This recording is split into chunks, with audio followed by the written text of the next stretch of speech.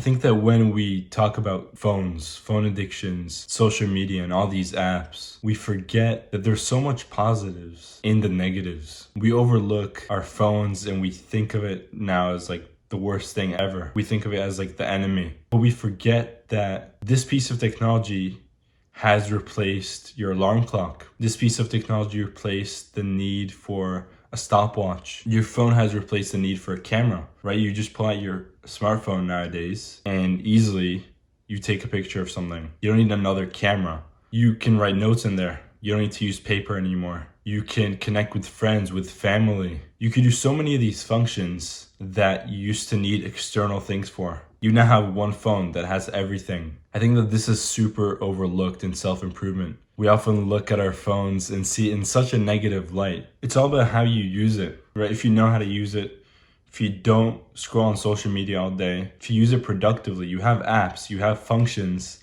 that help you, manage your day productively. Now that's amazing, right? We have Google Calendar, we have all these apps to manage our day, to track our calories, right? What is MyFitnessPal? Helps you track your calories on your phone. There's so many functions that I could list right off the bat. But yeah, again, it's super overlooked and we see our phone as such a bad thing. And don't get me wrong, there's a lot of bad things about social media, about, the apps on them. But I think it's an amazing practice to look at things in such a positive light. Right? We don't have to always see it in a negative light. Like, this is the worst thing ever. I think we're super lucky to have phones and, we should be grateful for it. We should be grateful for how easy our phones makes our lives. We don't need to carry another camera. We don't even need a watch anymore because our phone can tell the time. So obviously too much comfort isn't good, but it's an amazing practice, just like I said, to look at these things that you have in your life. One, be grateful for them. But two, just think like, wow,